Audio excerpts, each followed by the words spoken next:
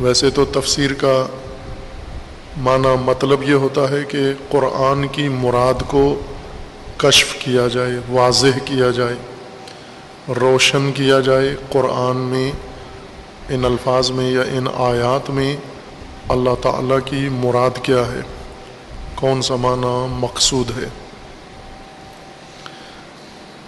یہ تفسیر ہے۔ لیکن تفسیر کے دوران ایسے ہوتا نہیں ہے۔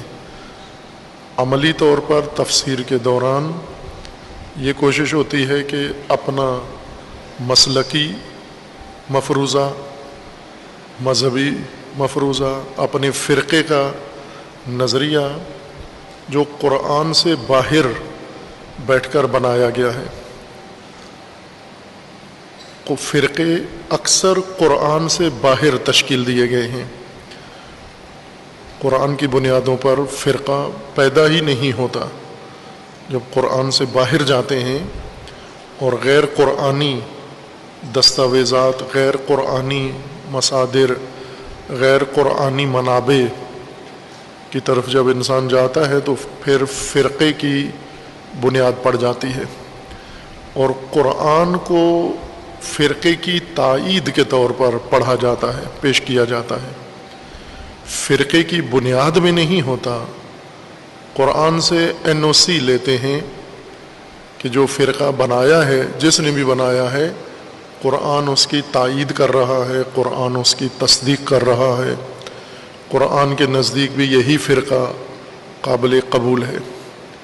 یہ تمام فرقوں کی بنیاد ہے۔ یہ فرقے قرآن کے مطالب سے نہیں لیے گئے، چونکہ قرآن کی تعلیمات میں بنیاد ہی لا تفرقو ہے، فرقہ نہیں بنانا، تفرق نہیں کرنا، فرقہ سازی نہیں کرنی آپ نے۔ اسی لیے آپ فرقوں کے بنائے ہوئے نصاب تعلیم میں دیکھیں، قرآن بہت دیر سے شروع ہوتا ہے،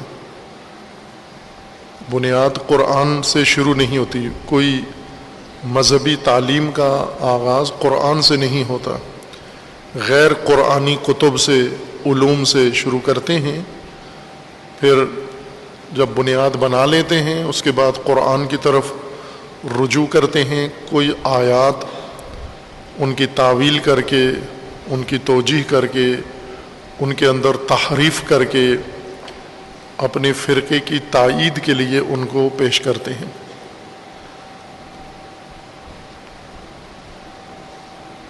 جو مفسرین ہیں، قرآن کا معنی دریافت کرنے کے بجائے قرآن کو معنی عطا کرتے ہیں، دیتے ہیں، قرآن کو معنی، آیات کو معنی عطا کرتے ہیں۔ یہ معنی کہاں سے لاتے ہیں؟ فرقے سے، مسلک سے، مفروضے سے، اپنی تہذیب سے، اپنے ذہن سے بناتے ہیں اور پھر قرآن سے چسپاں کر دیتے ہیں، جوڑ دیتے ہیں، قرآن یہ فرما رہا ہے۔ آج دن آپ لب و لہجے مفتیان اور خطباء کے لہجے دیکھیں، اسلام یوں کہتا ہے، قرآن یوں کہتا ہے، اسلام کا یہ نظریہ ہے۔ اسلام کا دور سے بھی کوئی تعلق اس بات سے نہیں ہے قرآن کا۔ یہ آپ کا فرقہ یوں کہتا ہے، آپ کا مسلک یوں کہتا ہے، آپ کا مفروضہ یوں کہتا ہے، لیکن قرآن سے اس کے لیے تائید کے طور پر مدد لیتے ہیں۔ یہ کثرت سے قرآن کریم میں ہوا ہے۔